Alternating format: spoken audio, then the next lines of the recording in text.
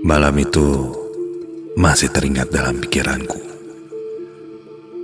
Perjalanan yang seharusnya biasa saja tiba-tiba berubah menjadi pengalaman paling menyeramkan sepanjang hidupku. Namaku Sony. Aku berprofesi sebagai supir yang mengantarkan furnitur atau mebel dari kantorku di daerah Kopo. Hari itu aku mendapat tugas mengantar barang ke daerah Bandung Utara.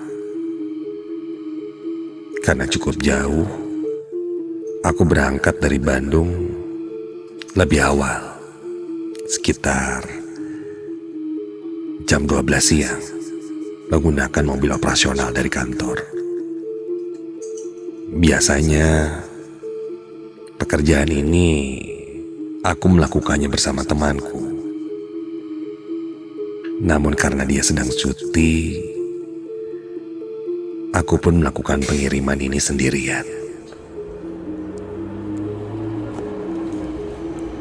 Cuaca hari itu cukup cerah dan perjalanan berjalan lancar. Kondisi jalan tidak terlalu padat, ditambah kalau bicara daerah Bandung Utara, pemandangannya sangat menyejukkan mata. Hingga perjalanan pun tidak terasa.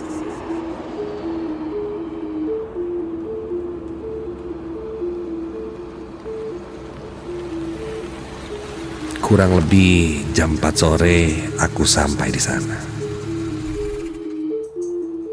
Sesuai prediksiku, jalanan tidak terlalu macet dan aku bisa tiba sebelum langit gelap. Setelah menurunkan barang-barang pesanan dan selesai itu, aku bersiap untuk kembali ke Bandung.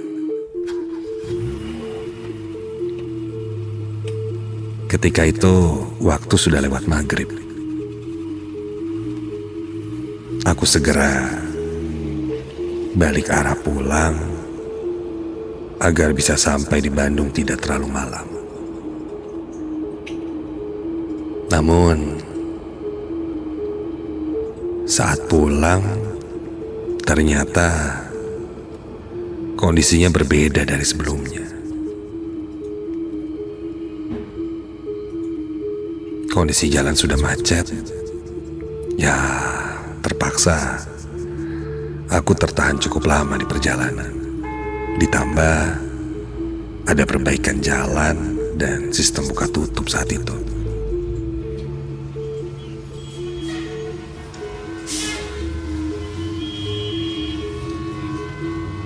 Waktu kemacetan memakan waktu cukup lama. Sekitar jam 9 malam, aku baru keluar dari kemacetan. Aku sedikit kecewa. Tahu gitu, ngambil tol dari tadi.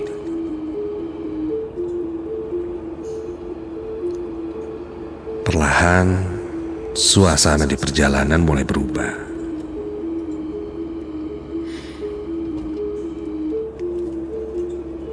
Kalau tadi siang terasa sangat indah perjalanannya,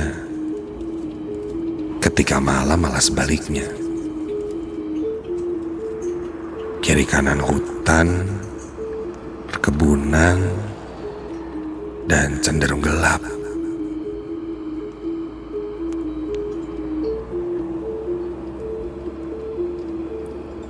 Aku kurang hafal daerah sana. Aku hanya mengandalkan instingku saja.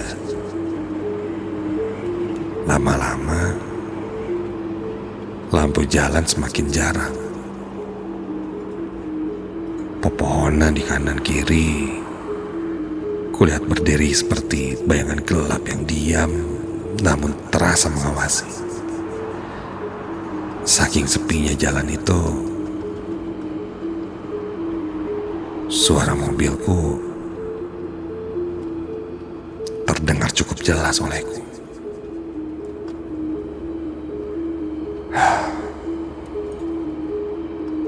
Aku tetap fokus menyetir. Kulihat dari kaca spion, ada 2 mobil di belakangku. Dan ketika itu aku cukup merasa tenang. Karena aku tidak sendirian di jalan itu.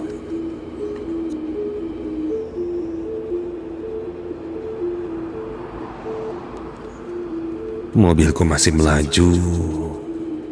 Begitupun mobil yang ada di belakangku. Ketika aku sedang melewati salah satu jalan yang menanjak, tiba-tiba salah satu mobil yang ada di belakangku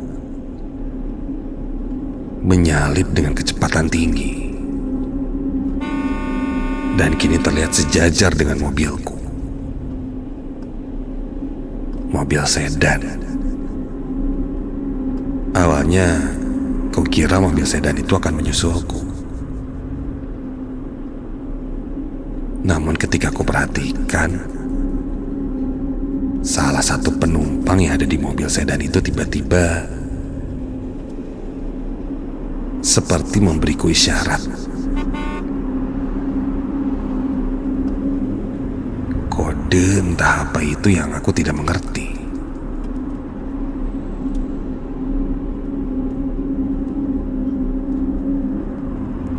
Dia dan pengemudinya menunjuk-nunjuk ke arah atas mobilku.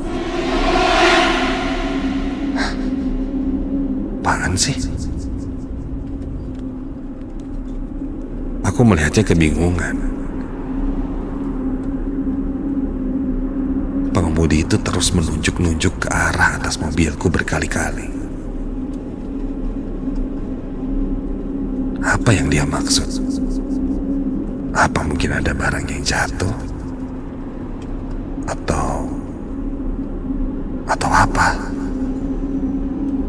Namun aku tidak berhenti dan terus melaju. Aku pun mengabaikannya. Mobil sedan itu pun melaju pergi jauh, dan mobil satunya pun ikut menjauh meninggalkan mobilku.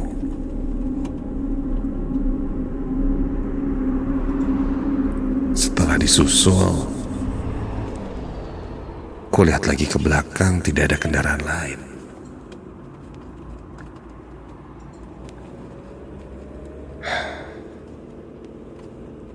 Aku masih berada di jalan tanjakan itu. Kondisi tanjakannya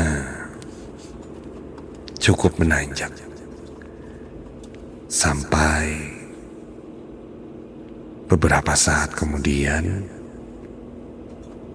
tiba-tiba, astaga, terdengar suara dentuman yang cukup keras dari atas mobil. Seperti sesuatu menghantam kap mobilku itu. Pukulan keras, bukan ranting, bukan batu, tapi seperti sebuah pukulan kepalan tangan dan mengetuk atau menggedor bagian atas mobilku itu dengan keras.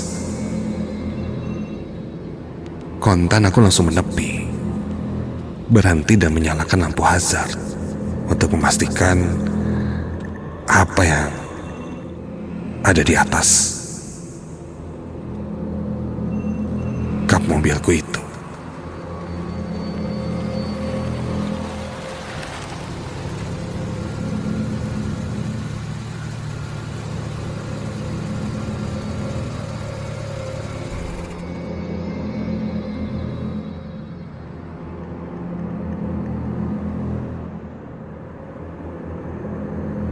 Setelah berhenti, aku segera turun dari mobil dan memeriksanya. Tapi tidak ada apa-apa.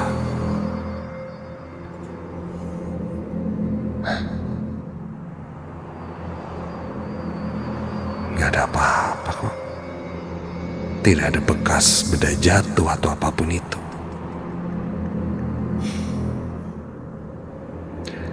Aku coba menarik nafas panjang, coba menenangkan diri.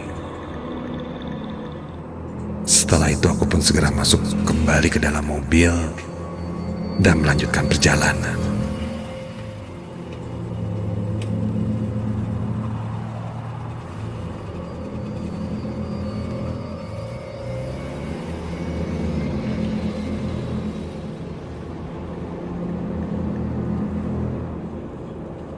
Belum 1 menit berjalan, astaga, suara itu terdengar lagi dan kali ini lebih keras. Bukan hanya di atap, namun kali ini terdengar menghantam dari beberapa sisi.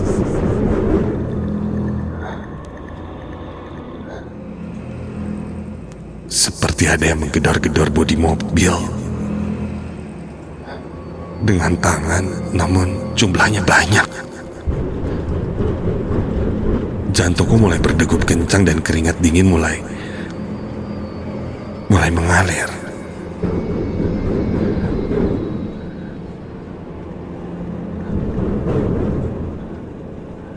Aku coba buka jendela untuk melihat ke sisi kiri dan kanan, bahkan lewat spion.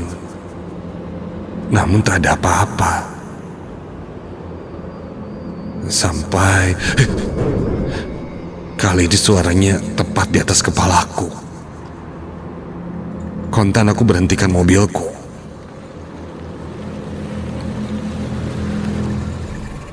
Aku langsung keluar dari mobil. Setelah buka pintu, aku langsung melihat ke arah atap mobilku itu. Dan ketika kulihat ke atas mobil, astaga, di atap mobilku itu kulihat ada satu sosok yang sedang duduk. Sesosok perempuan, tubuhnya tertutup kain putih lusuh dengan rambut yang panjang hitam menjuntai menutupi wajahnya. Kepalanya tertunduk diam, dan kontan membuat badanku ini mematung. Dalam hati aku coba membaca doa seingat yang ku bisa. Kalimat demi kalimat pun aku coba keluarkan, meskipun terbata-bata. Dan perlahan sosok itu mulai mengangkat kepalanya, dan kini aku bisa melihat dengan jelas wajahnya yang terlihat sangat menyeramkan.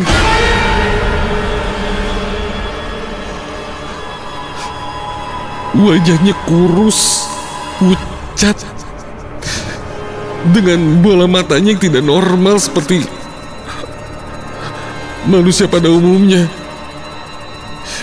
Hitam agak cekung ke dalam dan menyeringai dengan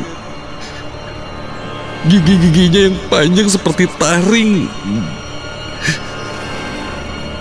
Dan terdengar suara tawanya yang membuat bulu kuduku berdiri dari ujung kaki hingga ujung kepala.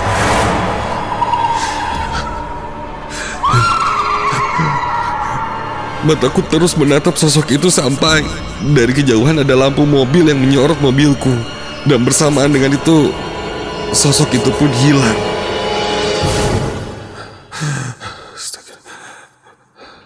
Tanpa pikir panjang, aku segera masuk ke dalam mobil, menancap gas mobilku dan ingin segera cepat sampai ke Bandung.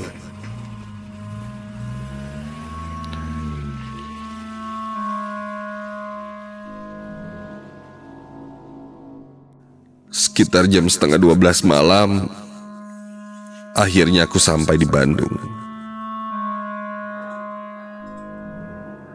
Setelah menyimpan mobil di kantor, aku segera pulang ke rumah.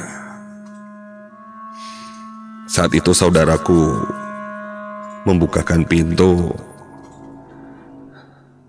dan ketika melihatku pucat, dia langsung bertanya. Karena saudaraku itu bisa dibilang seseorang yang punya kemampuan melihat hal-hal gaib.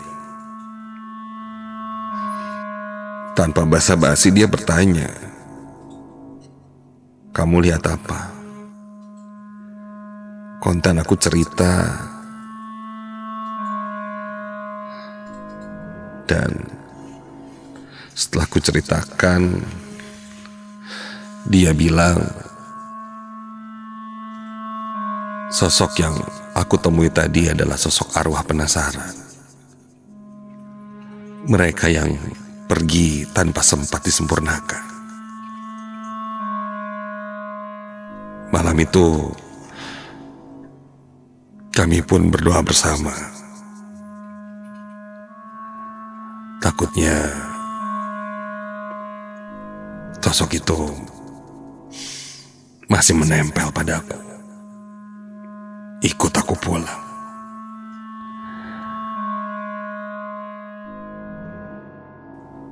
Aku pun mendoakannya dengan satu harapan agar sosok itu tidak lagi menumpang di perjalanan orang lain.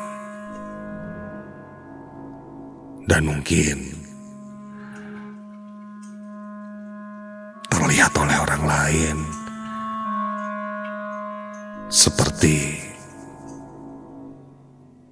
mobil yang menyusulku yang ternyata menunjuk ke arah atap mobilku. Karena mungkin mereka pun melihatnya.